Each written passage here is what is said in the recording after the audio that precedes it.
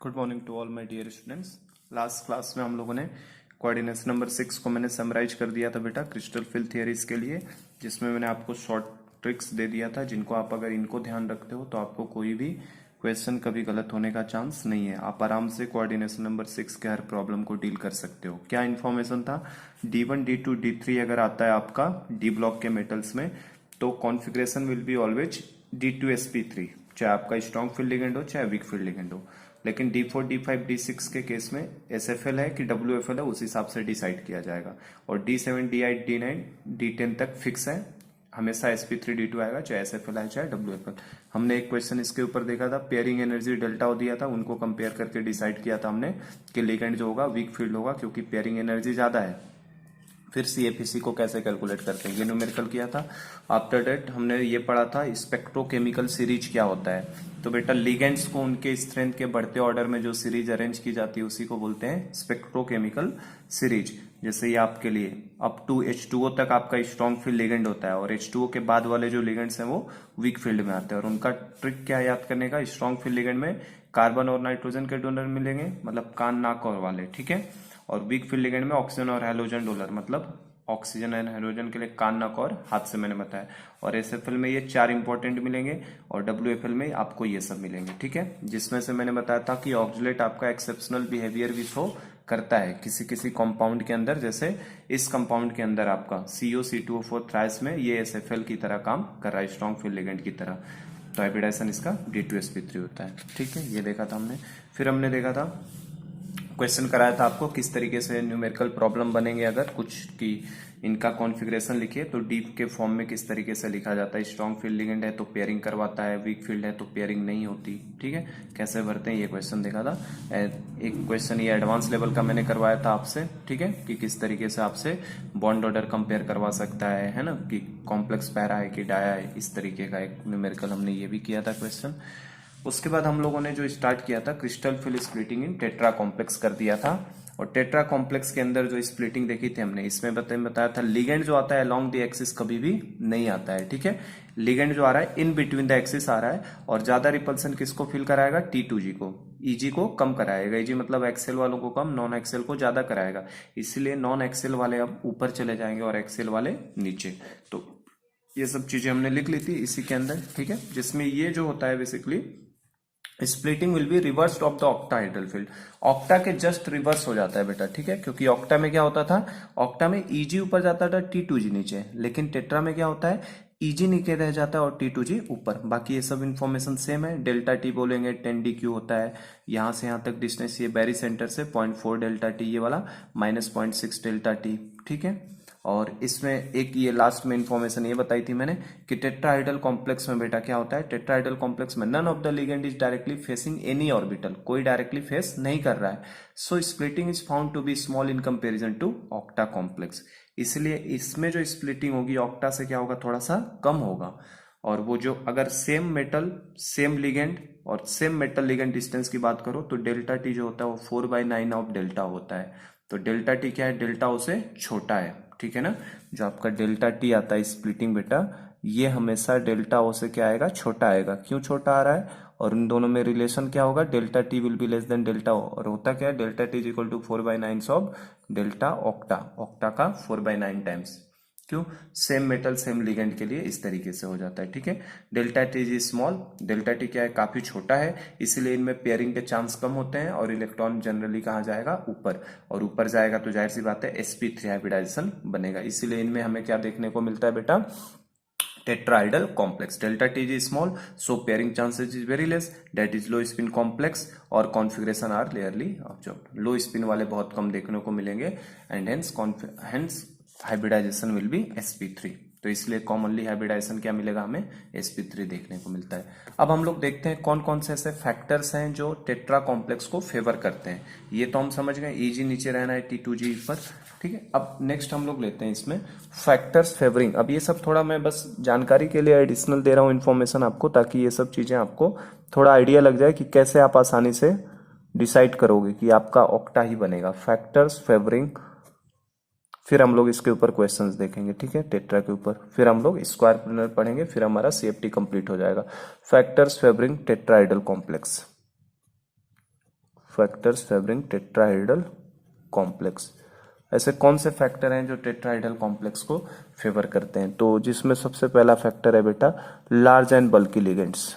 Large and bulky ligands, अगर आपके ligands large size का हो या बल्की हो, उस केस में टेट्राहेड्रल कॉम्प्लेक्स बनने का चांस ज़्यादा होता है। जैसे बल्की लिगेंड्स में, जैसे इसमें एग्जांपल मैं बताऊं, जैसे लिगेंड्स आपका ट्राइफिनाइल फॉस्फीन PPPH3, इस तरीके का लिगेंड PPPH3, ठीक है। तो इसको हम लोग ट्राइफिनाइल फॉस्फीन बेसिकली बोलते हैं। अब ट्राइफिनाइल फॉस्फीन, क्योंकि हमें पता है फॉस्फीन क्या होता है, PH3 के 3 हाइड्रोजन हटा के वहां पे PH लगा दोगे ना, तो ट्राइफिनाइल फॉस्फीन। देखो यहाँ बता भी देता हूँ इसे, जैसे देखो PH3 है, PH3 को हम लोग क्या पढ़ते हैं बेटा, फॉस्फीन पढ़ते हैं। तो इस फॉस्फीन के तीनों हाइड्रोजन को हटा दो, यहाँ से तीनों हाइड्रोजन हटा दो, और यहाँ पे आप फिनाइल ग्रुप को लगा दो लाके। फिनाइल मतलब समझ रहे हो ना, बेंजीन रिंग वाला फिनाइल, एक हाइड्रोजन कम करने के बाद। तो यहाँ से बन जाता है PPPH3, ट्राइफिनाइल फॉस्फीन। और इसको अगर बनाना हो तो देखो इस तरीके से 3 आप दिखा सकते हो बना के। देखो पहला फिनाइल ग्रुप यहाँ लगा दिया, दूसरा फिनाइल ग्रुप यहाँ लगा दिया, और तीसरा फिनाइल ग्रुप यहाँ लगा दिया, इस तरीके से।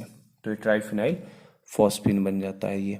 तो ये काफ़ी बल्की ग्रुप हो जाता है। तो अगर ये बल्की ग्रुप आता है तो ये फेवर करेगा किसको, ये बल्की ग्रुप फेवर करेगा हमारा टेट्राहेड्रल कॉम्प्लेक्स को। तो सबसे पहला पॉइंट तो ये ध्यान रखना है, large and bulky group, for example PPS hash triphenyl phosphine, ठीक है। उसके बाद देखो जो सेकेंड फैक्टर है आपका lower oxidation state, lower oxidation state of metal. Lower मतलब क्या, अगर मान लो Fe+2 है और Fe+3 है, तो +2 वाला का चांस है ज्यादातर टेट्राहेड्रल को फेवर करेगा। ये सब बस पूछ ले अगर कभी इंफॉर्मेशन, तो हमें पता होना चाहिए lower oxidation state of metal. Next point है जनरली जो हमारे D0 D5 वाले होते हैं ना, D0 D5 D10 वाले जो कॉम्प्लेक्स होते हैं वो टेट्रा बनाते हैं। तो generally metals with D0 D5 D10। अब देखो D0 होने का मतलब D में कोई है ही नहीं, है ना। D5 मतलब पांचों D भरे हुए हैं, ठीक है। और D10 मतलब क्या है, D के भी पांचों ऑर्बिटल पूरी तरह से भरे हैं। तो इनमें कभी भी DsP2 नहीं बनेगा, इसमें क्या बनेगा, sp3। तो generally metals with D0 D5 D10 prefer to form tetra complex. Generally ये लोग कैसा कॉम्प्लेक्स बनाने की कोशिश करते हैं बेटा, टेट्राहेड्रल कॉम्प्लेक्स बनाने की कोशिश करेगा, D0 D5 D10 वालों का टेट्रा, ठीक है। जैसे इसमें चाहो तो एग्जांपल मेंशन कर सकते हैं हम लोग, जैसे मैग्नीज का मान लो एक एग्जांपल मैं मेंशन करा दूं, जैसे MnO4 है मान लो, और MnO4 के ऊपर मान लो -2 का चार्ज है। तो देखो मैग्नीज का ऑक्सीडेशन नंबर कितना हो जाएगा यहाँ से बेटा, 6 में से 8 जाएगा तो -2 आएगा, मैग्नीज का कितना हो जाएगा 6, और मैग्नीज का 6 होने का मतलब हो गया मैग्नीज +7 में मैग्नीज का कितना होता है 25, तो 18 2 20 5 25, तो 7 18 2 20 5 25, तो 2 निकलना चाहिए। तो जैसे इसमें ये कर लो MnCl4, ऐसे कर लो, ये एग्जांपल नहीं सही बैठ रहा है, ये सही बैठेगा। देखो MnCl4 और पूरे के ऊपर -2 का चार्ज दे दो, तो मैग्नीज किस ऑक्सीडेशन में आ जाएगा बेटा, +2 में। तो 2 में से 4 जाएगा तो कितना आएगा -2, 2 में से 4 जाएगा तभी तो आएगा -2, और +2 होने का मतलब मैग्नीज इस यहाँ पे किस में दिखाई देगा, मैग्नीज हमें D5 में दिखाई देगा, क्योंकि मैग्नीज का 25 होता है ना, तो 18 2 20 5 25, तो 2 निकल जाएगा तो D में 5। तो ये जनरली ये किस टाइप का कॉम्प्लेक्स है, ये हमारे लिए टेट्राहेड्रल कॉम्प्लेक्स है। कैसा बनाएगा, टेट्रा कॉम्प्लेक्स। तो D0 D5 D10 वाले प्रीफर करते हैं कॉमनली टेट्रा कॉम्प्लेक्स बनाने के लिए, ठीक है। ये थर्ड पॉइंट ध्यान रखना है। और फोर्थ पॉइंट की बात करें तो फोर्थ पॉइंट हमारे लिए यही होगा, इट इज ऑब्जर्व्ड दैट, देखो इट इज ऑब्जर्व्ड दैट, ये पॉइंट मैं लिख देता हूँ कि जो आपके 3D सीरीज के शुरू के एलिमेंट्स होते हैं ना बेटा, वो टेट्रा बनाते हैं, और बाद वाले एलिमेंट्स आपके जनरली हेलोजन्स के साथ टेट्रा बनाते हैं। तो it is observed that scandium, titanium, vanadium, chromium, manganese and ferrous, ये जो है ना, ये जो होते हैं, ये यहां से यहां तक ये पांच usually form tetra complex with oxo ligands, with oxo ligands. Oxo ligands के साथ कॉमनली ये जो होते हैं ना स्कैंडियम टाइटेनियम, ये टेट्रा को फॉर्म करते हैं। ठीक है बेटा, ऑक्सो लिगेंड के साथ। एंड फेरस के बाद क्या आता है आपका, कोबाल्ट। कोबाल्ट हो गया, निकिल, कॉपर, ठीक है, कोबाल्ट, निकिल, कॉपर और जिंक, ये जो है ये चार जो है यूजुअली फॉर्म, ये बनाते हैं, ये भी बनाते हैं tetra, usually form tetra with, लेकिन ये हेलोजेंस के साथ बनाते हैं। यूजुअली फॉर्म टेट्रा विथ किसके साथ, हाइलाइड लिगेंड्स, हाइलाइड्स लिगेंड। ये जनरली किसके साथ बनाते हैं, हाइलाइड लिगेंड के साथ। ये बस एक इन्फॉर्मेशन है जिनको ध्यान में रखिए। ये सब हमारे ऑक्सो लिगेंड के साथ बनाते हैं। कोबाल्ट, निकिल, कॉपर किसके साथ, हाइलाइड वाले के साथ बनाते हैं। और जैसे इनमें एग्जाम्पल अगर डालें हम लोग, तो एग्जाम्पल की बात कर लो ऑक्सो लिगेंड के साथ, जैसे एग्जाम्पल में क्रोमियम का देखो, जैसे CrO4, तो ऑक्सीजन डाल दिया तो ये ऑक्सो लिगेंड है। CrO4 के ऊपर -2, ये ऑक्सो लिगेंड के साथ, तो ये टेट्रा बनाएगा। इसी तरीके से जैसे मैग्नीज में ले लो तो MnO4 के ऊपर -2, ये भी टेट्रा में जाएगा। FeO4 के ऊपर -2, तो ये भी आपका टेट्रा बनाएगा। ठीक है, तो जनरली क्रोमियम, मैग्नीज, फेरस ये सब हमारे ऑक्सो लिगेंड के साथ बनाते हैं। और इनमें अगर एग्जाम्पल की बात करो हाइलाइट लिगेंड के साथ, तो हमें पता ही है NiCl4 के ऊपर -2, ये कॉम्प्लेक्स हमारे लिए कैसा होता है बेटा, ये वाला हमारा टेट्रा बनाता है। इसी तरीके से सेकंड एग्जांपल CuCl4 के ऊपर -2, ये भी हमारे लिए क्या बनाएगा, CuCl4 के ऊपर -2 वाला कॉम्प्लेक्स भी, CuCl4 के ऊपर -2 वाला कॉम्प्लेक्स भी हमारे लिए क्या बनाता है बेटा, टेट्राहाइड्रल बनाता है। ठीक है, तो ये यूजुअली ये इंफॉर्मेशन है जिनको ध्यान में रखिएगा। और फिफ्थ पॉइंट है 4, चलो 4 ही पॉइंट रहते हैं इसमें, 4 पॉइंट आपके सफिशिएंट है। इन चारों के बारे में इंफॉर्मेशन आपको ध्यान रखना है बेटा, बल्कि ग्रुप और इसके बारे में तीसरा है D0 D5 और लास्ट वाला हमारा। इनके साथ जनरली ऑक्सो वाले जो होते हैं टेट्रा बनाते हैं, और इनके साथ जो हाइलाइट वाले हैं वो भी टेट्रा का फॉर्मेशन करते हैं। ठीक है, अब इसके ऊपर हम लोग कुछ क्वेश्चंस को देखते हैं। ठीक है, किस तरीके से इनके ऊपर प्रॉब्लम बनाया जाता है। तो एक और थोड़ा एडिशनल एक जानकारी और मुझे देनी थी, वो भी इसको स्टार बना के दे देता हूँ मैं, नोट करके ध्यान रखना अगर कभी पूछ लिया गलती से तो। जैसे CS2CuCl4 ये अगर कॉम्प्लेक्स है तो बेसिकली अगर इसको देखो तो आप चाहो तो CuCl4 CS2 है, मतलब ये +2 का चार्ज है, मतलब ये टूटेगा तो यहाँ पे -2 का चार्ज आ जाएगा। तो ये जो कॉम्प्लेक्स होता है बेटा, ये कॉम्प्लेक्स आपका टेट्रा कॉम्प्लेक्स बनाता है। ये कैसा बनाएगा, टेट्राहेड्रल कॉम्प्लेक्स बनाता है। और ये ऑरेंज कलर का होता है, ये भी ध्यान रखना है ना, ये ऑरेंज कलर का टेट्राहेड्रल कॉम्प्लेक्स बनाता है। और जो दूसरा इसी की तरह है, देखो वो भी कॉम्प्लेक्स NH4 ट्वाइस। अब ये बस जानकारी है, तो ये जानकारी को मैं यहीं दे देता हूँ। अगर कभी किसी क्वेश्चन में कभी पूछा तो नहीं है, पूछ ले तो ध्यान रखिएगा। मतलब यहाँ भी आप देखो तो ये CuCl4 के ऊपर बेटा कितना है, -2। ठीक है, देखो यहाँ बस CS2 है, यहाँ NH42 है। ये कॉम्प्लेक्स जो है, अब ये आपका टेट्रा ना होके ये कॉम्प्लेक्स कैसा है, स्क्वायर प्लेनर। ये वाला कॉम्प्लेक्स कैसा हो जाता है, स्क्वायर प्लेनर कॉम्प्लेक्स हो जाता है। और ये ऑरेंज कलर का ना होके ये किस कलर का होता है, येलो कलर का। जबकि देखो आप यहाँ से देखोगे तो दोनों सेम दिखेगा, लेकिन अगर CS2 लगा दिया है तो ऑरेंज कलर का, NH4 है तो येलो कलर का। एडिशनल जानकारी है, बस इसको दिमाग में अपने रखिएगा। इसमें भी नंबर ऑफ अनपेयर्ड इलेक्ट्रॉन पूछे तो 1 आएगा, नंबर ऑफ यूपी इलेक्ट्रॉन मतलब समझते हो ना, अनपेयर्ड इलेक्ट्रॉन 1। और इसके अंदर भी number of UP electron, unpaired electron पूछने पे 1 आता है। इसमें इलेक्ट्रॉन का बस एक जंप हो जाता है, जो मैंने CuNH3 में बताया था। तो ये एक बस जानकारी है जिसको दिमाग में और ध्यान में रखिएगा। ठीक है, अब इसके ऊपर हम लोग क्वेश्चंस को प्रैक्टिस करते हैं। ठीक है, जैसे देखो सबसे पहला क्वेश्चन हम लोग ले लेते हैं।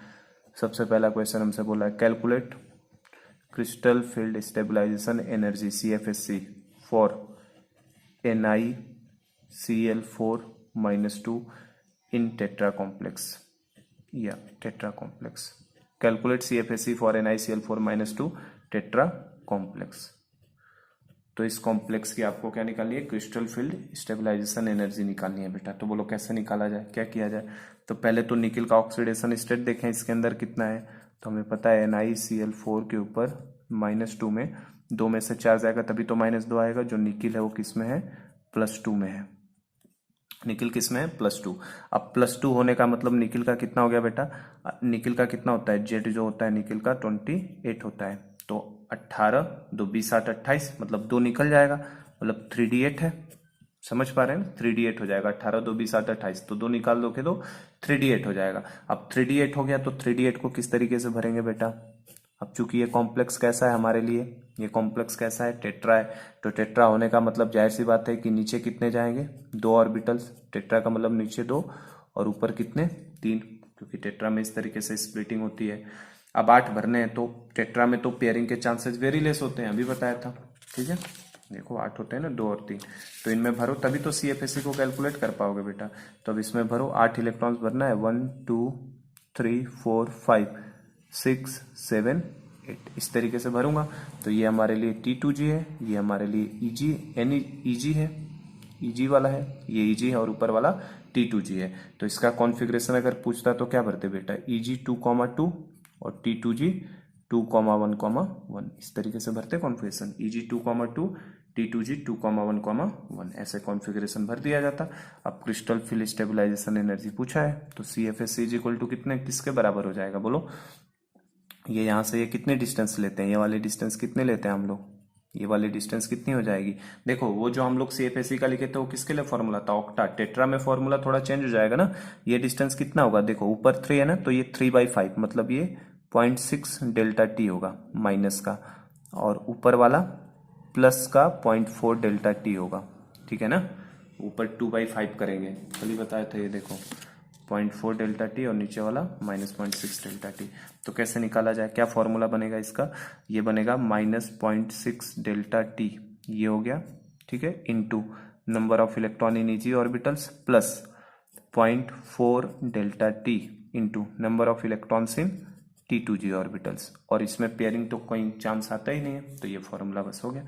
अब बस इसमें अप्लाई कर दो डेटा को, -0.6 डेल्टा टी और इसको किससे मल्टीप्लाई कर दें, NEG मतलब कितना, 4 electron, plus 0.4 delta T into N2TG मतलब कितने, 2 2 4 इलेक्ट्रॉन यहाँ भी हैं। ठीक है, तो ये कितना हो जाएगा बेटा, माइनस का 0.24, नहीं -2.4 ना,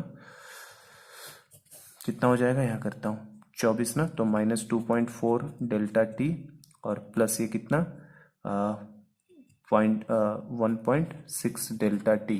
तो ये कितना आ जाएगा यहाँ से, अगर इसको हम लोग देखें तो यहाँ से CFSE की जो वैल्यू आ रही है -0.8 डेल्टा टी। तो ये हमारा आंसर हो जाएगा -0.8 डेल्टा टी। ठीक है, तो CFSE पूछा था तो इस तरीके से निकल जाएगा। सिंपल है ना, इस तरीके के क्वेश्चंस इसमें मिलते हैं देखने के लिए। ठीक है, और एक और क्वेश्चन हम लोग कर लेते हैं इसके ऊपर एक लास्ट क्वेश्चन और करते हैं हम लोग, जो मैंने बल्कि ग्रुप का रोल बताया। अब इस रोल को दिखाते हुए क्वेश्चन में करवा देता हूँ आपको। देखो जैसे आपसे क्वेश्चन पूछ रहा है, क्वेश्चन ये है, find para oblique dia, para है कि डाया है, नेचर ऑफ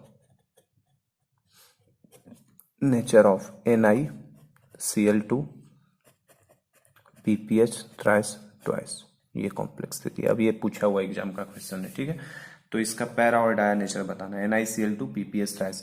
तो बेटा PPH थ्राइस, तो अभी जैसा कि मैंने बताया हमारे लिए फॉस्फिन होता है। फॉस्फिन से अगर हाइड्रोजन हटा दूं मैं, और हाइड्रोजन हटा के यहाँ पे मैं फिनाइल ग्रुप को ला के ऐड कर दूं, तो क्या बन जाएगा, PPH थ्राइस बन जाएगा।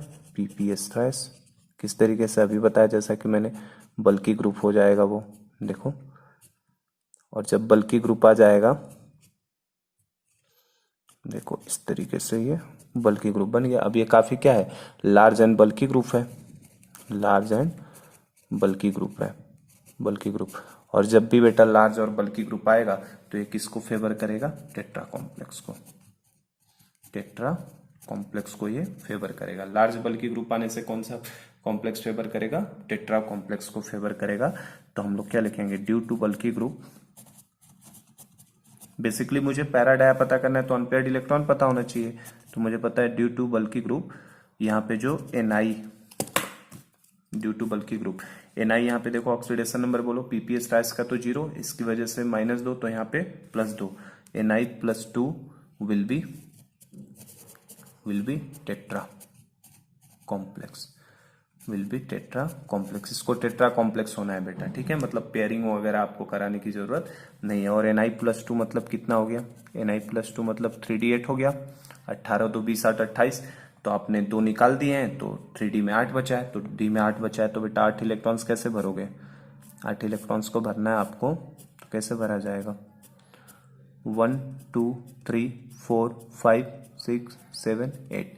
क्या इनको पेयरिंग कराने की जरूरत है, क्या इन दोनों को पेयरिंग कराने की जरूरत है, अगर इसको पेयर अप करा दूंगा मैं तब तो DsP2 हो जाएगा, तो इसको पेयरिंग कराने की जरूरत मुझे नहीं है। तो इसका मतलब मुझे अगर ये टेट्रा कॉम्प्लेक्स बनाना है तो जाहिर सी बात है मुझे आउटर के 3 ऑर्बिटल ये लेने पड़ेंगे, तभी तो ये sp3 बनेगा, ठीक है। तो आउटर ऑर्बिटल्स लूंगा तो sp3 बनेगा, और sp3 बनने का मतलब तभी ये टेट्रा कॉम्प्लेक्स बनेगा। तो मेरा सवाल ये है कि ये पैरा होगा कि डाया नेचर का, तो देखो आप यहां से क्या दिख रहा है, 2 अनपेयर्ड इलेक्ट्रॉन, 2 अनपेयर्ड इलेक्ट्रॉन। तो 2 अनपेयर्ड इलेक्ट्रॉन आने का मतलब है किस नेचर का हो गया बेटा, पैरामैग्नेटिक। किस नेचर का हो जाएगा, पैरामैग्नेटिक नेचर का हो जाएगा। तो इस क्वेश्चन को इस तरीके से आपको डील करना है। तो बल्कि लिगेंड वाले का रोल समझ में आया, बल्कि वाला जब ग्रुप आ जाएगा, क्योंकि आप देखो यहाँ पे वीक है और पीपीएस थ्राइस स्ट्रांग होता है, तो आप कंफ्यूज होगे। तो बल्कि ग्रुप के लिए इन्फॉर्मेशन है कि बल्कि ग्रुप में हमेशा टेट्रा बनेगा और यहाँ पे 2 अनपेयर्ड इलेक्ट्रॉन आपको दिखाई देगा, ठीक है। तो इस तरीके से इसका आंसर हो जाता है। अब हम लोग नेक्स्ट बढ़ते हैं बेटा, और हम लोग क्रिस्टल फील्ड स्प्लिटिंग अब आ जाते हैं किसके अंदर, केस 3 स्क्वायर प्लेनर के अंदर। तो crystal field splitting in square planar complex की, स्क्वायर प्लेनर कॉम्प्लेक्स में किस तरीके से स्प्लिटिंग होती है, crystal field splitting splitting in square planar complex. तो अगर आपको पता हो बेटा, तो इस स्क्वायर प्लेनर कॉम्प्लेक्स मतलब कोऑर्डिनेशन नंबर 4, तो square planar complex is nothing but it is a special case of octahedral complex. क्योंकि स्क्वायर प्लेनर कॉम्प्लेक्स किस तरीके से बनता है, स्क्वायर प्लेनर कॉम्प्लेक्स इस तरीके से बनता है, ये मेटल है, 4 लिगेंड आते हैं बेटा हमारे पास, फर्स्ट लिगेंड ये आपका, सेकेंड लिगेंड आया, यहाँ से आपको थर्ड लिगेंड आ गया मान लो, यहाँ से आपका फोर्थ लिगेंड आ गया। अब ये चारों लिगेंड जो होते हैं ये स्क्वायर के 4 कॉर्नर से ही आते हैं, ठीक है। तो अगर मैंने इस वाले को एक्स एक्सिस कह दिया अगर, तो ये वाला हमारे लिए वाई एक्सिस ही बनेगा। क्यों, क्योंकि इन दोनों के बीच का एंगल तो हमेशा 90 डिग्री होना है, ठीक है। तो अगर इसको एक्स एक्सिस बोल दिया तो ये वाला वाई एक्सिस हो गया। मतलब बेसिकली क्या है, अगर ऑक्टाहेड्रल की बात करो तो बेटा ऊपर और नीचे वाले जो लिगेंड थे उन्हीं को तो हटा दिया हमने, ऊपर और नीचे वाले लिगेंड को हटा दो तो स्क्वायर प्लेनर बन जाता है। तो स्क्वायर प्लेनर में भी जो लिगेंड अप्रोच कर रहा है वो कहां से कर रहा है, अलोंग दी एक्सिस अप्रोच कर रहा है। और लिगेंड अगर अलोंग दी एक्सिस अप्रोच कर रहा है तो किसको रिपल्सन ज्यादा मिलेगा, ईजी ऑर्बिटल को, in spite of T2G orbital. तो ईजी को ज्यादा मिलेगा तो ईजी का क्या हो जाएगा, लेयर ऊपर चला जाएगा। तो टेट्रा में भी सिंपल है, स्क्वायर प्लेनर में भी सिंपल है, इसमें भी हम लोग डायरेक्ट लिख रहे हैं, अब इसमें ज्यादा कुछ समझाने के लिए नहीं है, समझ में तो आ गया। Ligands are approaching along the axis, ये एक्सिस के अलोंग ही अप्रोच करें, जेड एक्सिस के अलोंग बस नहीं है। तो इसमें हम लोग यही बोलेंगे ligands are approaching along the axis, ligands are approaching along the axis, so energy of EG orbitals,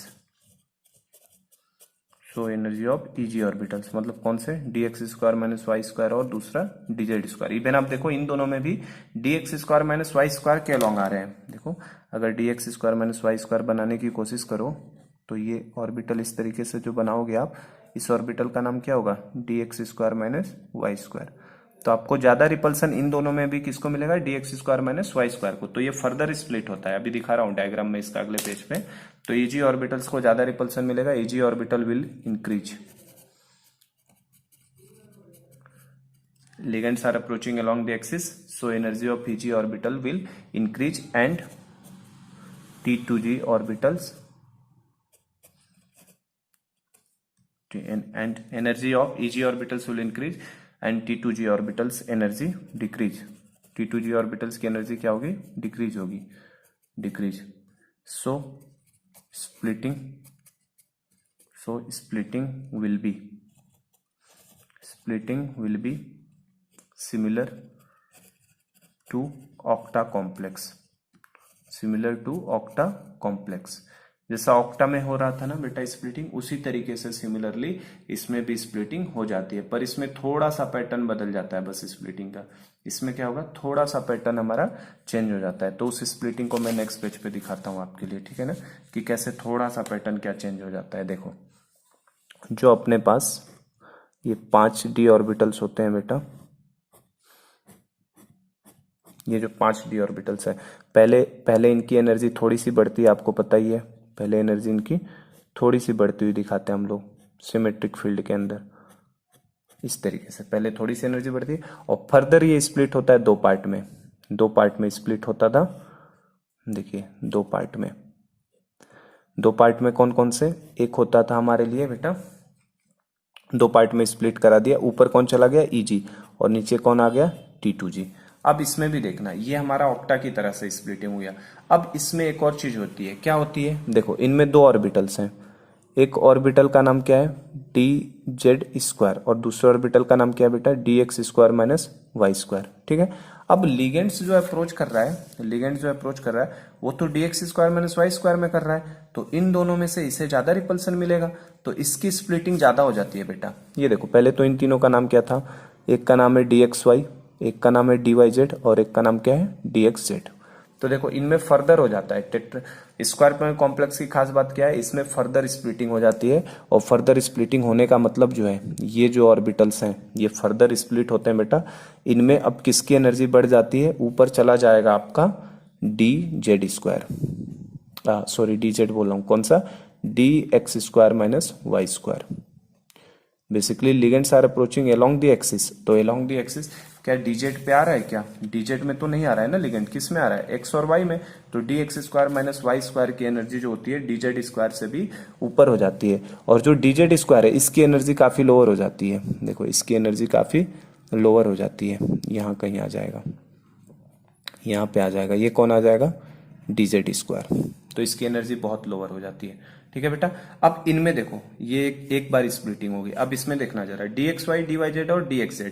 अब इसमें भी जो dxy है, लिगेंड्स जो बेसिकली अप्रोच कर रहे हैं x और y एक्सिस के अलोंग ही अप्रोच कर रहे हैं, तो dxy वाले लोब्स तो इन्हीं के बीच में दिखाई देगा, यहाँ पे इस तरीके से दिखाई देगा, इन चारों गुब्बारा इनके बीच में दिखाई देगा ना। तो इन तीनों में भी ज्यादा रिपल्सन किसको मिल जाता है, dxy को। देखो यहाँ पे ज्यादा रिपल्सन किसको मिला, dx² - y², तो ऊपर चला गया। और इन तीनों में भी देखो तो dxy को इन दोनों से तो रिलेटिवली ज्यादा रिपल्सन मिलेगा, क्योंकि dxy कहाँ पे रहेगा, dxy इनके बीच में रहेगा, यहाँ पे एक होगा, एक यहाँ पे होगा, एक यहाँ पे होगा, और एक यहाँ पे होगा, तो लिगेंड्स को ज्यादा रिपल्सन देगा। तो इसलिए फर्दर इन दोनों में भी बेटा जो dxy की है वो dz² से भी ज्यादा एनर्जी हो जाती है, मतलब ये जो आपका dxy है ना, ये dxy और ऊपर चला जाता है।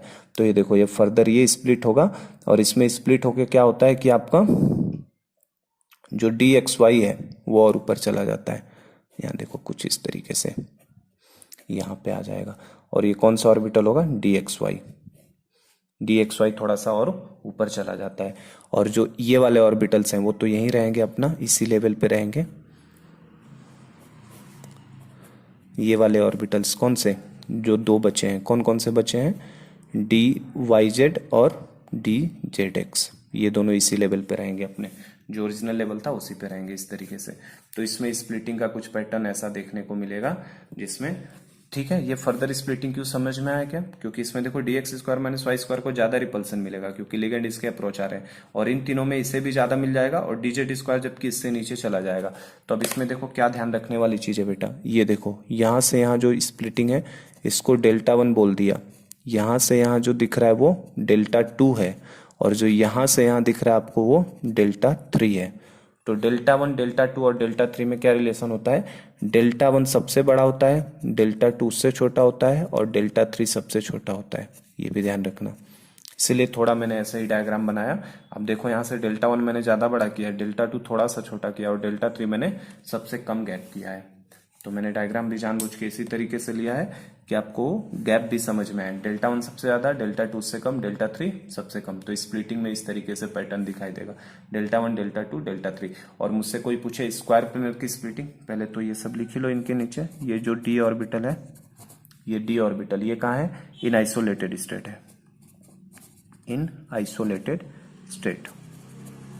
आइसोलेटेड स्टेट में इस तरीके से रहेगा, सिमेट्रिक फील्ड आएगा तो इस तरीके से हो जाएगा, in symmetric ligand field, in symmetrical ligand field. ठीक है, ये हो जाएगा। और ये जो है आपका, ये इन प्रेजेंस ऑफ लिगेंड है बोल सकते हो, है ना। क्रिस्टल फील्ड स्प्लिटिंग इन, ऐसे लिख देता हूं, crystal field splitting in square planar complex.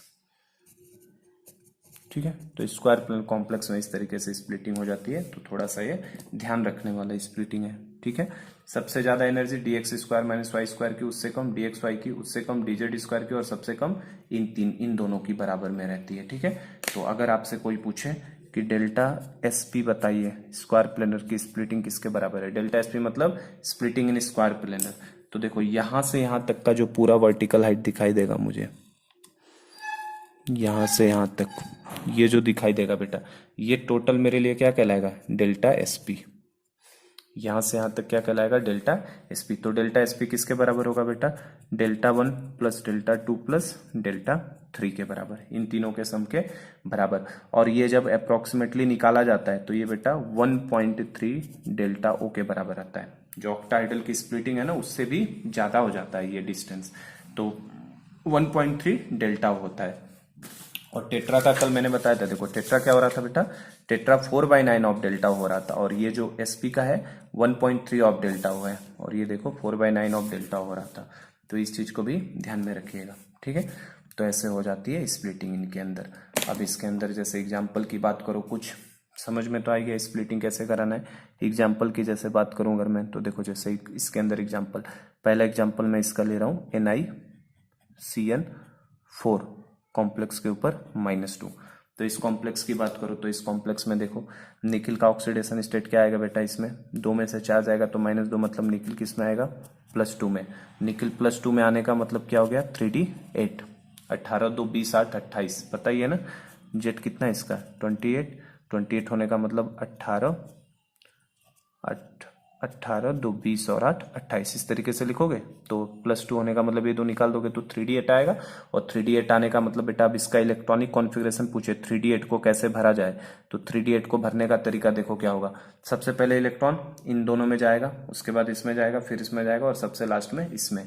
तो कैसे भरा जाएगा, देखो DYZ में 2 इलेक्ट्रॉन चले गए, फिर DZX में 2 इलेक्ट्रॉन चले गए, ठीक है, फिर आपका DZ स्क्वायर में 2 इलेक्ट्रॉन चले गए, उसके बाद DXY में 2 इलेक्ट्रॉन चले गए। ठीक है, तो 2 2 4 2 6 2 8, 8 इलेक्ट्रॉन खत्म हो गए, तो 2 इसमें गए, 2 इसमें, 4 2 6 2 8, और ये वाला हमारे लिए क्या रह जाएगा, खाली रह जाएगा, D ये खाली रह गया, इसके अंदर 0 इलेक्ट्रॉन, कोई इलेक्ट्रॉन नहीं है।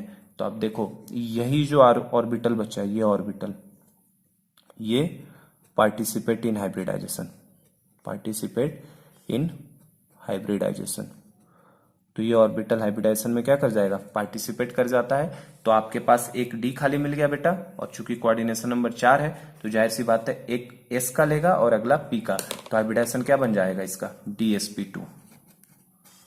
हाइब्रिडाइजेशन क्या बन जाएगा, DsP2, क्योंकि साइनाइड का एक D ऑर्बिटल खाली मिल गया अंदर से मुझे D, और आगे का 4 है ना कोऑर्डिनेशन नंबर 4, तो 3D8 के आगे तो खाली रहेगा ना बेटा, 3D8 के आगे क्या 4s 0 और 4p खाली है, तो 4s का एक ऑर्बिटल उठाएगा और 4p से 2 ऑर्बिटल, तो हाइब्रिडाइजेशन क्या बन जाएगा, DsP2। और जो D यूज होता है वो कौन सा, DX square minus y square use होता है। तो देखें ये इसका एक्सप्लेनेशन इस तरीके से मिल जाता है।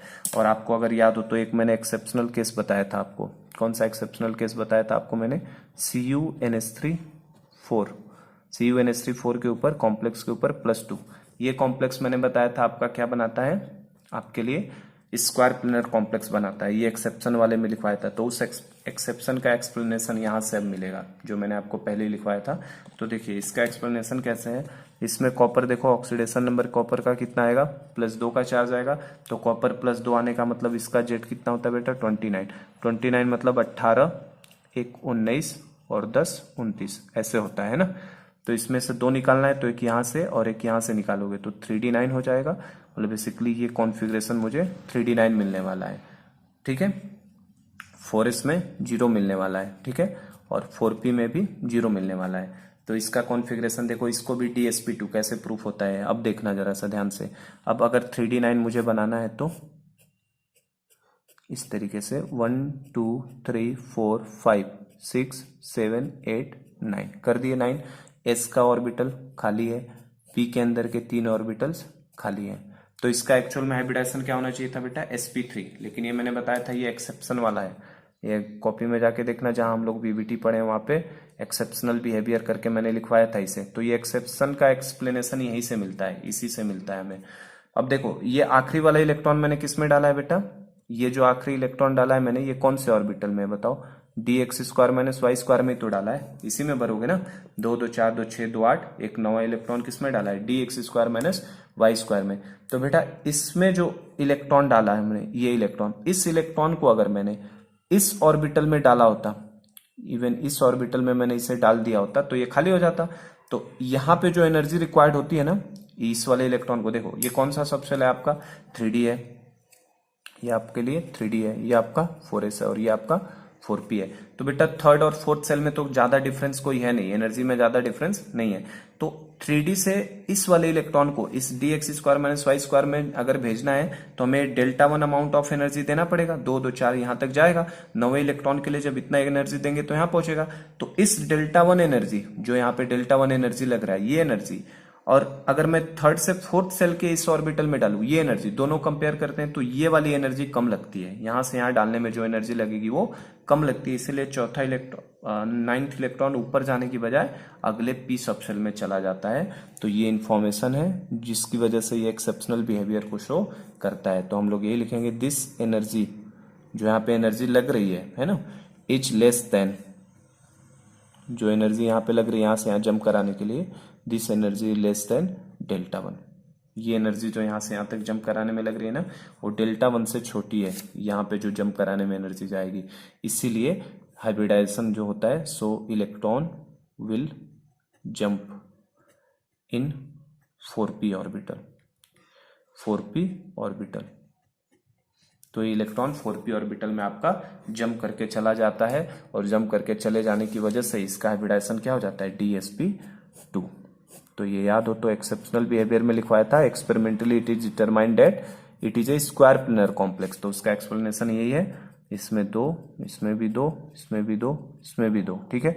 यहाँ पे नहीं रहेगा, वो इलेक्ट्रॉन जंप करके यहाँ चला आएगा, और ये हाइब्रिडाइजेशन यहाँ से पकड़ेंगे अगर, तो यह हाइब्रिडाइजेशन dsp2, ठीक है। तो इस कॉम्प्लेक्स का हाइब्रिडाइजेशन dsp2 होता है, और ये स्क्वायर प्लेनर कॉम्प्लेक्स है। ये कॉम्प्लेक्स कैसा होता है, स्क्वायर प्लेनर कॉम्प्लेक्स।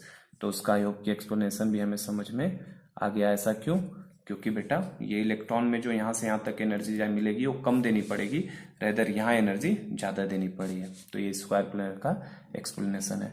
अब इसमें 2 चीजें हैं, एक नोट करके लिखवा देता हूं मैं स्क्वायर प्लेनर के बारे में, ये भी ध्यान रखिएगा, वेरी वेरी इंपॉर्टेंट नोट है ना, क्वेश्चंस खूब मिलेंगे इस नोट के ऊपर भी।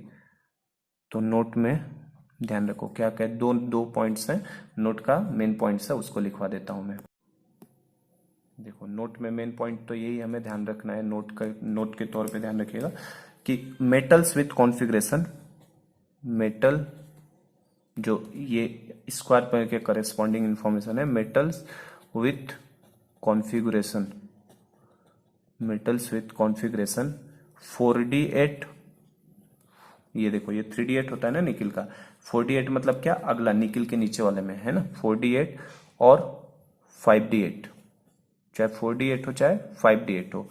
4d8 का मतलब क्या है, 4d8 का मतलब है बेटा प्लेटिनम पे +2, ठीक है। और 5d8 का मतलब क्या है, नहीं पढ़ोगे तो पिटोगे, है ना, नहीं पढ़ोगे तो पिटोगे, मतलब ये pd पहले आएगा pt बाद में आएगा, pt के ऊपर +2, हमें पता है ना इसका कोड, नहीं पढ़ोगे तो पिटोगे, ni, पढ़ोगे तो पिटोगे, ni pd pt। तो इसका 3d8 होता है, इसके अंदर 4d8 हो जाएगा बेटा, और इसके अंदर 5d8 हो जाएगा। तो वही बता रहा हूं मैं, pd +2 हो या pt +2 हो, metals with configuration this and this always form square planar complex, always form square planar complex. हमेशा कैसा कॉम्प्लेक्स बनाते हैं, square planar complex, irrespective of nature of ligand, irrespective of nature of ligand. Ligand किस nature का है, strong field है कि week field है ना, वेदर वीक फील्ड और strong field, whether weak field ligand और स्ट्रॉन्ग फील्ड लिगेंड, इससे कोई फर्क इसे नहीं पड़ता है। 48 5d8 वाले हमेशा ही स्क्वायर प्लेनर बनाते हैं बेटा, ध्यान रखना। मतलब पैलिडियम और प्लेटिनम में आप हमेशा स्क्वायर प्लेनर कॉम्प्लेक्स को देखोगे, चाहे आपका लिगेंड वीक फील्ड लिगेंड हो चाहे स्ट्रॉन्ग फील्ड लिगेंड हो। जैसे इसके ऊपर एक एग्जांपल है अपने पास, जैसे इस एग्जांपल की बात करूं मैं, PtCl4 और इस कॉम्प्लेक्स पे -2 का चार्ज, तो बताओ यहाँ पे Pt किस चार्ज में दिखेगा आपको बेटा, Pt तो +2 में दिखेगा, 2 में से चार्ज आएगा तो -2, तो Pt +2, और Pt +2 होने का मतलब क्या हो गया, नहीं पढ़ोगे तो पीटोगे, मतलब ये 5d8 हो जाएगा।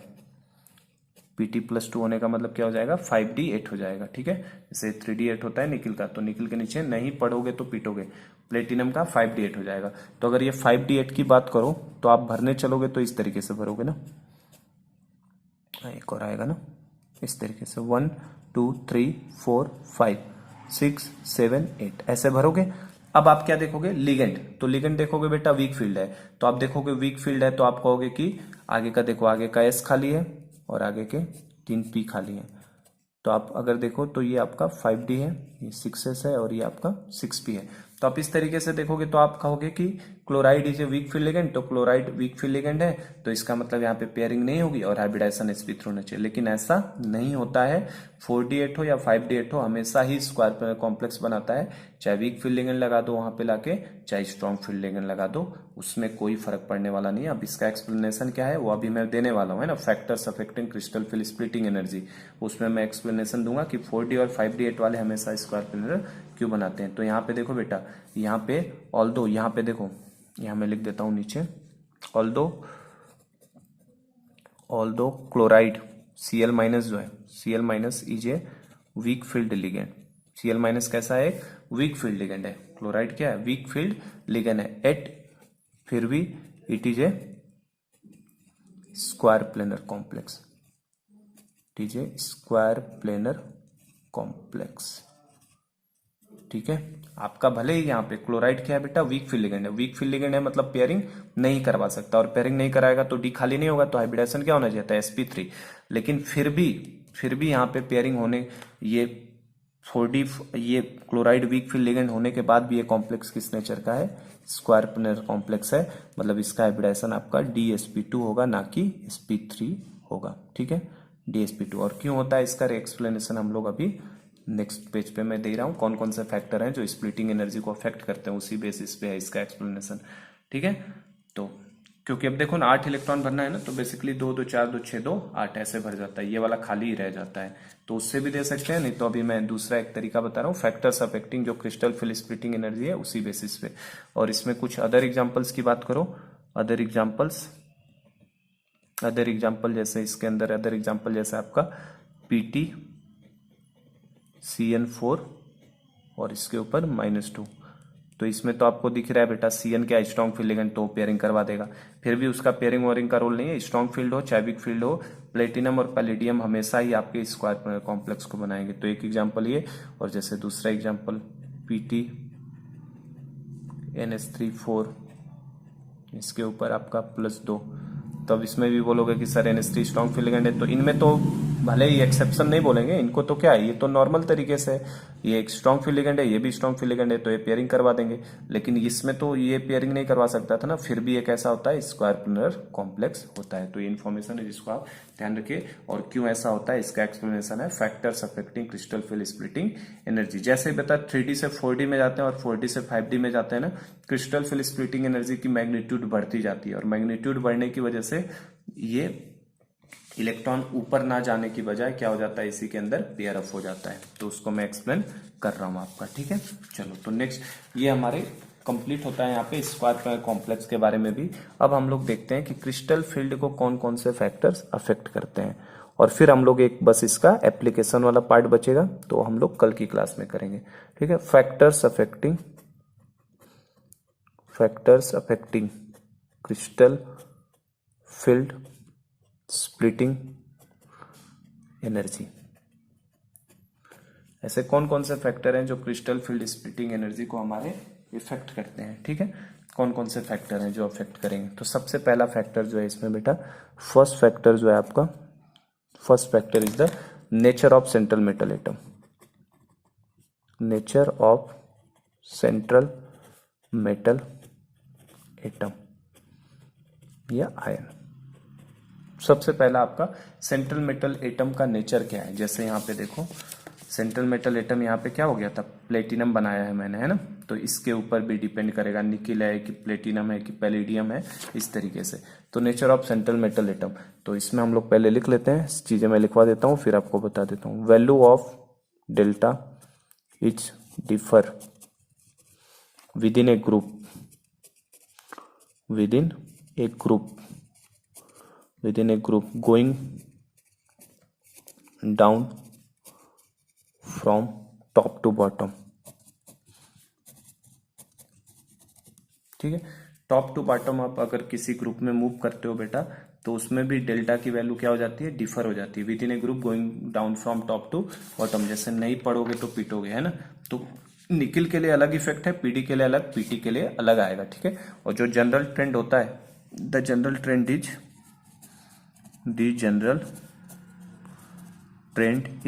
जो जनरल ट्रेंड देखने को हमें मिलता है वो क्या है, द जनरल ट्रेंड इज, जो 3D है, 3D से ज्यादा बेटा स्प्लिटिंग, है ना। द जनरल ट्रेंड इज, इस तरीके से लिखता हूँ, the general trend is, delta का जो जनरल ट्रेंड है वो कैसा होता है, 3D से ज्यादा डेल्टा होता है स्प्लिटिंग किसके अंदर, 4D वाले में, और 4D से ज्यादा स्प्लिटिंग किसमें होता है बेटा, 5D वाले में। ये जनरल ट्रेंड है डेल्टा का स्प्लिटिंग का। 3D से ज्यादा स्प्लिटिंग 4D में होती है, 4D से ज्यादा 5D में होती है। इसका मतलब क्या है, thus going from 3D series to 4D series.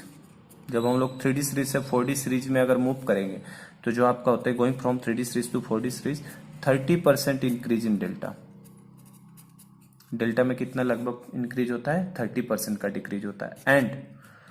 And from 4D series to 5D series, जब हम लोग 4D सीरीज से 5D सीरीज में मूव करते हैं, तो 4D सीरीज से 5D सीरीज में जाते समय 50% इंक्रीज हो जाता है, 50% increase in delta, 50% increase in delta.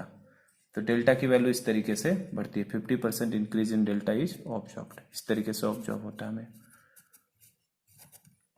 ठीक है, तो बेटा अगर 3D सीरीज है, 4D सीरीज है, जैसे देखो अब 3D सीरीज, अब मैं सीरीज लिख देता हूँ यहाँ पे। 3D सीरीज की बात करूँ अगर मैं, तो 3D सीरीज देखो आपका, 3D सीरीज में स्कैंडियम, टाइटेनियम, वेनेडियम, इस तरीके से, chromium, manganese, ferrous, cobalt, nickel, copper, इस तरीके से आता है। अब लास्ट का लिख देता हूं मैं, लास्ट में आपका जैसे कॉपर और जिंक, नियम, titanium, vanadium, chromium, manganese, ferrous, cobalt, nickel, copper, zinc, इस तरीके से आता है। 4D सीरीज की बात करो, तो 4D सीरीज का भी क्या है, स्कूटर, यमहा, टी जरा, है ना, वो नवाब, इस तरीके से था। और इधर कौन रहेगा, ठीक है, आयरलैंड था ना, नहीं कौन आगे आया ना, कौन आगे आया, कॉपर है ना ये, वो कोबाल्ट का रहता है, कौन रहेगा आयरलैंड, कॉपर के नीचे एजी आता है, कौन आगे आया, और जिंक के नीचे जीनी कनाडा होगा, मतलब यहाँ पे सीडी आता है। और लास्ट 5D सीरीज की देखो, तो 5D सीरीज में क्या है, स्कूटर यमहा लाना है, यहाँ लेंथनियम आता है, टी जरा हाफ मतलब हाफनियम आता है, वो नवाब था, टेक्नीशियम आता है यहाँ पे। और इस तरीके से जाते जाते कौन आगे आया, यहाँ पे एयू आता है, जीनी कनाडा होगा, यहाँ पे एचजी आता है। तो ये तो सीरीज मैंने आपको बताई है पहले ही। तो बेटा जब यहाँ से 3D सीरीज से आप 4D सीरीज की तरफ मूव कर रहे हो, तो डेल्टा इंक्रीजेज बाई 30%। स्प्लिटिंग कितने से बढ़ जाती है, आप 3D सीरीज के किसी एलिमेंट से 4D सीरीज के किसी एलिमेंट में आओगे, तो आपका डेल्टा 30% से इंक्रीज हो जाता है। और जब आप 4D से 5D सीरीज में आ रहे हो, 4D से 5D सीरीज में, तो डेल्टा इंक्रीजेज बाई 50%। कितने से बढ़ जाता है डेल्टा, 50% से बढ़ जाता है। और यही रीजन है, देखो यही डेल्टा बढ़ने का रीजन है कि आपका जो प्लेटिनम और पैलेडियम है, 4D8 और 5D8 है। देखो 4D8 और 5D8 में तो निकिल वाले से तो ज्यादा ही हो जाएगा बेटा इसमें स्प्लिटिंग, एनआई निकिल किस में है, 3D सीरीज में, ये 4D और 5D है। तो 4D और 5D8 में क्या हो जाएगा, स्प्लिटिंग ज्यादा हो जाएगा, मतलब ये डेल्टा की मैग्नीट्यूड और बढ़ जाएगा।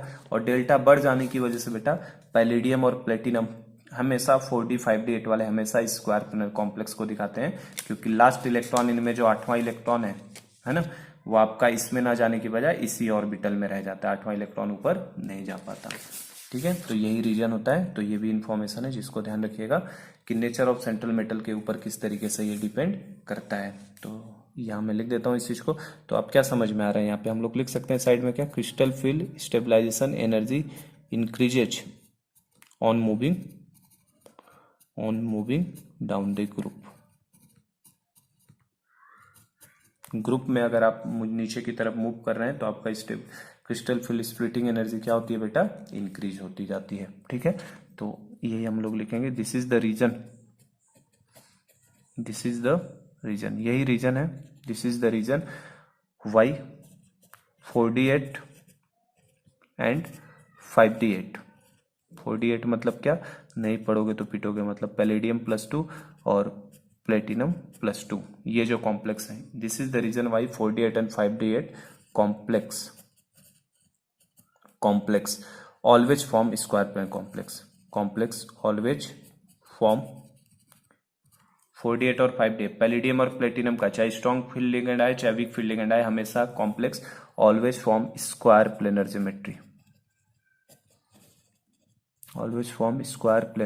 ज्योमेट्री। ठीक है, तो रीजन भी हमने मिल गया कि ये इसी वजह से, क्योंकि स्प्लिटिंग एनर्जी क्या हो चुकी है, बढ़ चुकी है इनके अंदर जाने पे, और स्प्लिटिंग एनर्जी बढ़ चुकी है।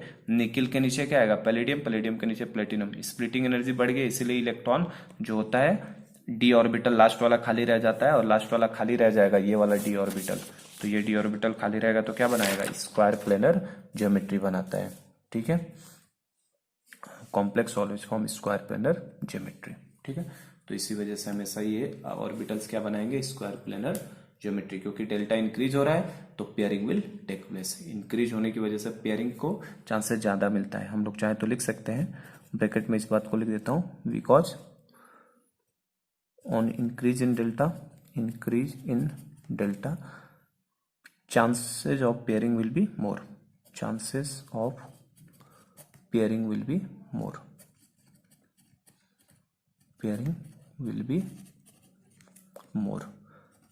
तो पेयरिंग होने का चांस ज्यादा हो जाएगा, और पेयरिंग होने का अगर चांस ज्यादा हो गया बेटा तो इसका मतलब वो डी लास्ट वाला डी ऑर्बिटल क्या रह जाएगा, खाली। तो यही रीजन है कि इनके अंदर हमेशा आपको ये इंफॉर्मेशन का एक्सप्लेनेशन भी मिल गया। इसी वजह से 4d8 5d8 हमेशा क्या बनाते हैं, आपका स्क्वायर प्लेनर कॉम्प्लेक्स को बनाते हैं। तो इस चीज को ध्यान में रखिएगा। ठीक है, ये हमारा फर्स्ट फैक्टर था। देखो सेकंड फैक्टर क्या है इसमें, है ना, ये इजी टॉपिक है, बिल्कुल सिंपल सा है। कौन कौन से फैक्टर अफेक्ट करते हैं। Second factor is the oxidation state of central metal atom. Oxidation state of central metal atom, कि सेंट्रल मेटल एटम का ऑक्सीडेशन स्टेट क्या है बेटा। अब इस पे कैसे डिपेंड करता है, तो इसके लिए क्रिस्टल फील्ड स्टेबलाइजेशन एनर्जी जो होता है, या crystal field splitting energy, it is directly proportional to oxidation number of central metal atom. Oxidation number of central metal atom, central metal atom के ऑक्सीडेशन नंबर के क्या होता है, डायरेक्टली प्रोपोर्शनल। ऐसा क्यों, जैसे देखो एक Fe+2 का है मेटल और एक Fe+3 का है, तो बेटा जितना ज्यादा चार्ज होगा उसको इलेक्ट्रॉन को खींचने की उतनी टेंडेंसी होती है, और लिगेंड को उतना तेजी से खींचेगा, और जो लिगेंड को जितना तेजी से खींचेगा उसका स्प्लिटिंग भी क्या होगा, उतना ही ज्यादा। तो क्रिस्टल फील्ड स्प्लिटिंग एनर्जी जो oxidation number of central metal atom के ऊपर भी डिपेंड करती है। फॉर एग्जाम्पल जैसे अगर मान लो मैं पूछ लूं आपसे FeCN6 के ऊपर आपका -4 है, और दूसरा एक कॉम्प्लेक्स है FeCN6 और इस कॉम्प्लेक्स पे आपका -3 है, तो इसमें पूछा जाए किसके अंदर डेल्टा की वैल्यू ज्यादा होगी, इनके डेल्टा का ऑर्डर बताना है कि किसका डेल्टा ज्यादा होगा, इसमें कि इसमें। तो देखो इसमें Fe का ऑक्सीडेशन नंबर कितना आएगा बेटा, 2 में से 6 जाएगा तो 4 आएगा +2, और यहाँ पे Fe का ऑक्सीडेशन स्टेट देखो तो कितना आएगा, 3 में से 6 जाएगा तो -2 -3। ठीक है, तो ये +2 ऑक्सीडेशन में और ये वाला +3, मेटल सेम है, Fe मेटल सेम है, लिगेंड भी साइनाइड सेम है, कोऑर्डिनेशन नंबर 6। तो अब किससे देखूं मैं, मेटल के चार्ज पे देखो ऑक्सीडेशन स्टेट, जिस सेंट्रल मेटल एटम का ऑक्सीडेशन स्टेट ज्यादा होगा उसके अंदर स्प्लिटिंग भी उतनी ज्यादा। क्यों, क्योंकि अगर +3 का चार्ज है +2 का, तो +3 वाला इन 6 लिगेंड्स को अपने तरफ ज्यादा तेजी से खींचेगा, और लिगेंड जितना तेजी से आएंगे स्प्लिटिंग को क्या होगा, उतना ही ज्यादा बढ़ावा देंगे। तो हमारे लिए आंसर क्या हो जाएगा, +3 वाले की स्प्लिटिंग ज्यादा होगी और +2 वाले की कम होगी। तो आंसर ऐसे हो जाएगा डेल्टा का आंसर। समझ गए कैसे किया ना मैंने। तो इस तरीके के क्वेश्चंस आएंगे तो आप कर सकते हैं ना स्प्लिटिंग के, कि ऑक्सीडेशन स्टेट जिसका ज्यादा उसकी स्प्लिटिंग ज्यादा, क्योंकि वो ज्यादा तेजी से अपनी तरफ खींचेगा उसको। तो ये सेकंड फैक्टर था। थर्ड फैक्टर की बात करो, 4 फैक्टर हैं टोटल। थर्ड फैक्टर की बात करते हैं। देखो थर्ड फैक्टर, तो थर्ड फैक्टर हम लोग ले लेते हैं नेचर ऑफ लिगेंड। जैसे मेटल के ऊपर डिपेंड कर रहा है कि सेंट्रल मेटल एटम क्या है, तो लिगेंड के नेचर पे भी तो डिपेंड करेगा। पहला हमारा क्या था, नेचर ऑफ लिगेंड, कि ligand sorry nature of central metal atom क्या था, तो सेंट्रल मेटल एटम पे डिपेंड करता है, उसी तरीके से लिगेंड पे भी डिपेंड करेगा। अब लिगेंड पे कैसे, अगर स्ट्रॉन्ग फील्ड लिगेंड है बेटा तो स्प्लिटिंग ज्यादा कराएगा, वीक फील्ड लिगेंड है तो स्प्लिटिंग कम कराएगा। जितना ज्यादा स्ट्रॉन्ग फील्ड लिगेंड उसका स्प्लिटिंग उतना ज्यादा, जितना वीक लिगेंड रहेगा उसकी स्प्लिटिंग उतनी कम। तो नेचर ऑफ लिगेंड पे भी डिपेंड करेगा। तो इसमें हम लोग बस यही बोलेंगे, for strong field ligand, strong field ligand के लिए जो क्रिस्टल फील्ड स्प्लिटिंग एनर्जी होगी वो ज्यादा होगी, क्योंकि स्ट्रॉन्ग फील्ड लिगेंड तो ज्यादा स्प्लिटिंग कराएगा। CFAC इज मोर, ठीक है। For strong field ligand CFAC is more, ज्यादा होगा। And for WFL week field ligand के लिए CFAC इज लेस, इसके लिए कम होगा। बस यही ध्यान रखना है, क्योंकि स्ट्रॉन्ग फील्ड लिगेंड है तो ज्यादा स्प्लिटिंग कराएगा, वीक फील्ड लिगेंड है तो स्प्लिटिंग थोड़ा कम कराएगा, क्योंकि ये नाम ही वीक है। वीक फील्ड का मतलब वो उतनी ज्यादा स्प्लिटिंग नहीं दे पाएगा, स्ट्रॉन्ग फील्ड है मतलब वो स्प्लिटिंग उतनी ज्यादा अमाउंट में देगा। जैसे अब इसमें एग्जाम्पल की बात कर लूँ अगर मैं, तो हमें लिगेंड तो पहचानना आता है ये स्ट्रॉन्ग फील्ड है कि वीक फील्ड है। तो जैसे एग्जाम्पल, जैसे पहला एग्जाम्पल देखो, इसमें हमें डेल्टा का ऑर्डर बताना है किसके लिए, आपका दिया है FeCN6 पे -2, ये पहला कॉम्प्लेक्स है, और दूसरा दे रहा है आपको FeCO5, या चेंज कर लो इसको, चलो ठीक है इससे भी कर ही सकते हो, FeCO5 ये ले लेते हैं। FeCN6 के ऊपर -2 और दूसरा कॉम्प्लेक्स है FeCO5। तो अब देखो बेटा, आप जरा इनमें किसका रोल देखोगे, तो इसमें देखो स्ट्रॉन्ग फील्ड लिगेंड। अब साइनाइड और CO में हमें पता है लिगेंड स्ट्रेंथ, जो बात करें अगर लिगेंड स्ट्रेंथ की, तो लिगेंड स्ट्रेंथ की बात करो तो ज्यादा लिगेंड स्ट्रेंथ कौन सा है, CO सबसे ज्यादा लिगेंड स्ट्रेंथ रखता है साइनाइड से भी। तो CO की अगर साइनाइड से ज्यादा लिगेंड स्ट्रेंथ है, इसका मतलब इसमें स्प्लिटिंग ज्यादा होगी, CO वाला ज्यादा स्प्लिटिंग देगा डेल्टा की वैल्यू को। तो इस तरीके से आप चेक कर सकते हैं, ठीक है। जितना ज्यादा लिगेंड आएगा उतना ज्यादा स्प्लिटिंग देगा। जैसे सेकंड एग्जांपल देखो, सेकंड वाले एग्जांपल में जैसे आपको FeNH3 6 दे दिया, ठीक है, FeNH3 6 पूरे पे +2, और नेक्स्ट दे दिया आपको FeH2O6 और पूरे के ऊपर +2। तो अब देखो मेटल सेम है, ऑक्सीडेशन स्टेट भी दोनों का +2 है। अब कोऑर्डिनेशन नंबर 6 इसका भी 6 है, तो अब लिगेंड के स्ट्रेंथ पे डिपेंड करेगा।